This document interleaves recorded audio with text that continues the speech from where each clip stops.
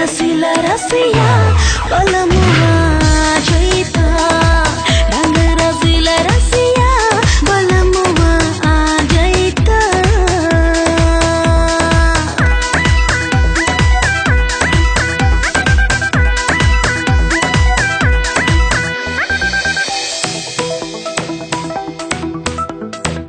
तोहरा बहिया में रात से बिहान करब, ई हमार जिद बा।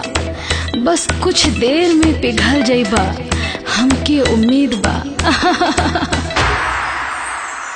सांस बा गरम, होठ बा नरम, सट जा जख्म पे बनके तू मरम।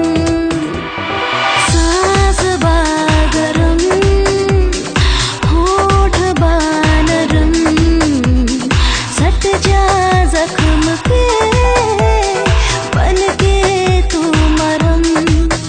ए छोड़ो शरम, हो जा बेशरम, ए करबा प्यार कहिया